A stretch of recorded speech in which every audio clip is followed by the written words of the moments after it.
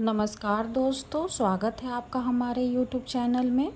आज की इस वीडियो में हम दुर्गा सप्तशती के तीसरे अध्याय का पाठ करेंगे। तीसरे अध्याय में हम सेनापतियों सहित महिषासुर के वध के बारे में जानेंगे। तो आइए शुरू करते हैं। श्री दुर्गाय नमः। जगदम्बा के श्री अंगों की कांति उदय काल के सहस्त्रों सूर्यों के समान है। वे लाल रंग की रेशमी साड़ी पहने हुए हैं। उनके गले में मुंडल माला शोभा पा रही है। दोनों स्तनों पर रक्त चंदन का लेप लगा है। वे अपने कर कमलों में जप मालिका, विद्या और अभय तथा वर नामक मुद्राएं धारण किए हुए हैं। 3 नेत्रों से सुशोभित मुखारविंद की बड़ी शोभा हो रही है। उनके मस्तक पर चंद्रमा के साथ ही रत्नमय मुकुट बंधा है तथा वे कमल के आसन पर विराजमान है। ऐसी देवी को मैं भक्ति पूर्वक प्रणाम करती हूँ। ऋषि कहते हैं, दैत्यों की सेना को इस प्रकार तहस नहस होते देख महादैत्य सेनापति चिक्षुर क्रोध में भरकर अंबिका देवी से युद्ध करने के लिए आगे बढ़ा। वह असुर रणभूमि में देवी के ऊपर इस प्रकार बाणों की वर्षा करने लगा जैसे बादल मेरुगिरी के शिखर पर पानी की धार बरस रहा हो। तब देवी ने अपने बाणों से उसके बाण समूह को अनायास ही काट कर उसके घोड़ों और सारथी को भी मार डाला।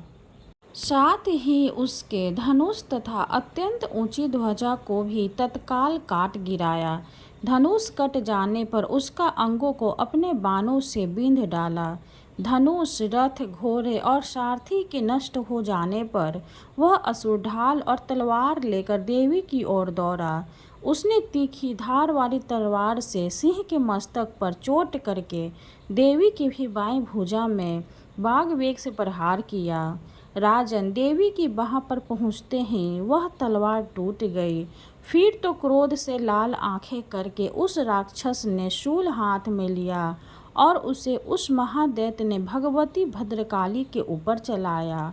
वह शूल आकाश से गिरते हुए सूर्यमंडल की भांति अपने तेज से प्रचलित हो उठा। उस शूल को अपनी ओर आते देख देवी ने भी शूल का प्रहार किया। उससे राक्षस के शूल के सैकड़ों टुकड़े हो गए। साथ ही महादैत्य चिक्षुर की भी धज्जियां उड़ गई। वह प्राणों से हाथ धो बैठा।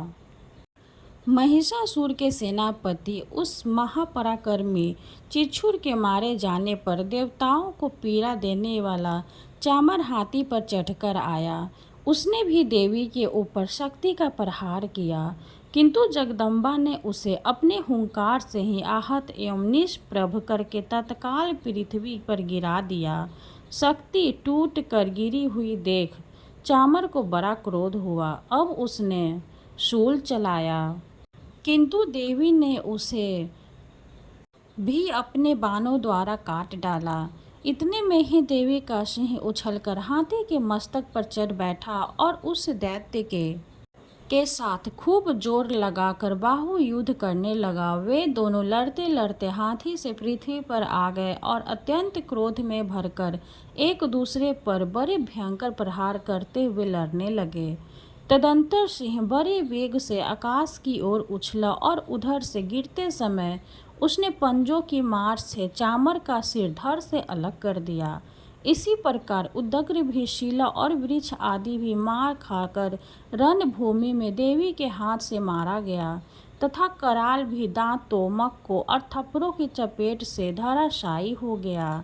क्रोध में भरी हुई देवी ने गदा की चपेट से उद्दत का कचूमर निकाल डाला।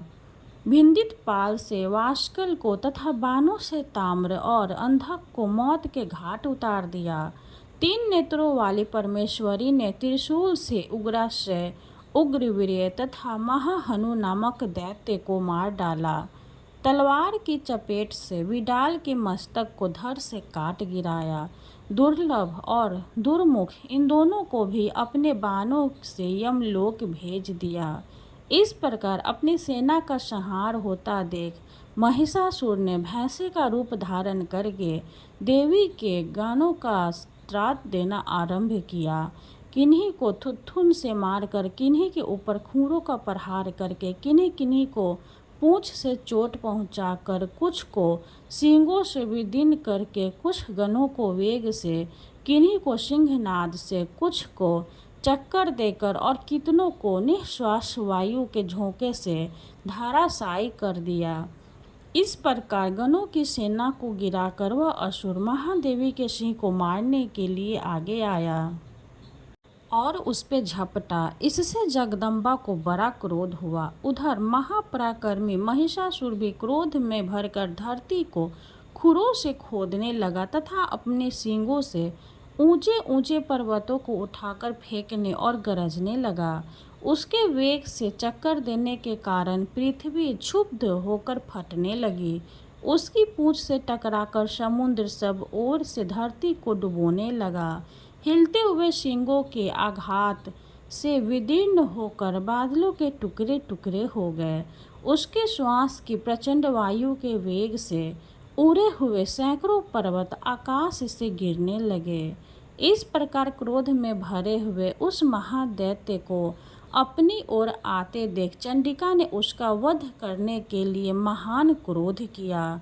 उन्होंने पाश फेंककर उस महान असुर को बांध लिया।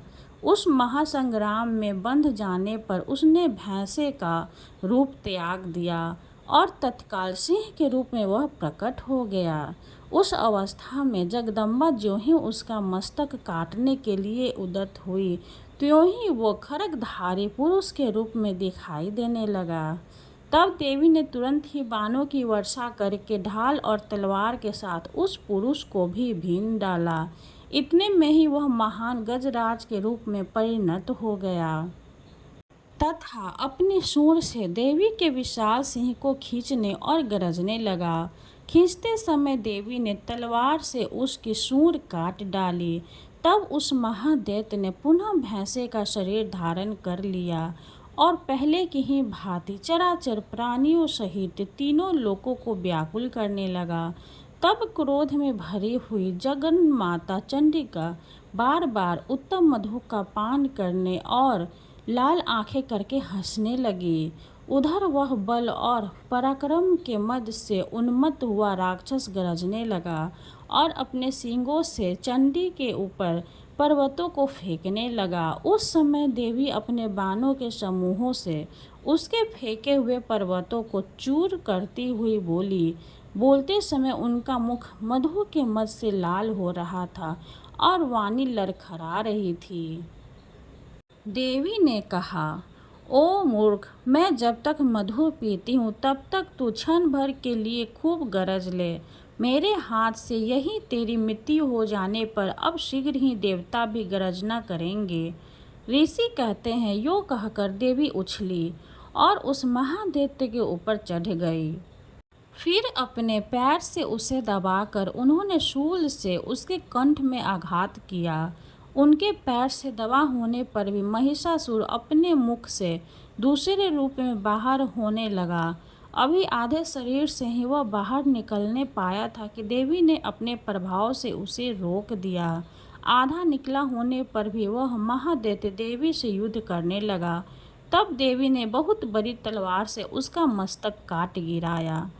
फिर तो हाहाकार करती हुई दैत्यों की सारी सेना भाग गई तथा संपूर्ण देवता अत्यंत प्रसन्न हो गए।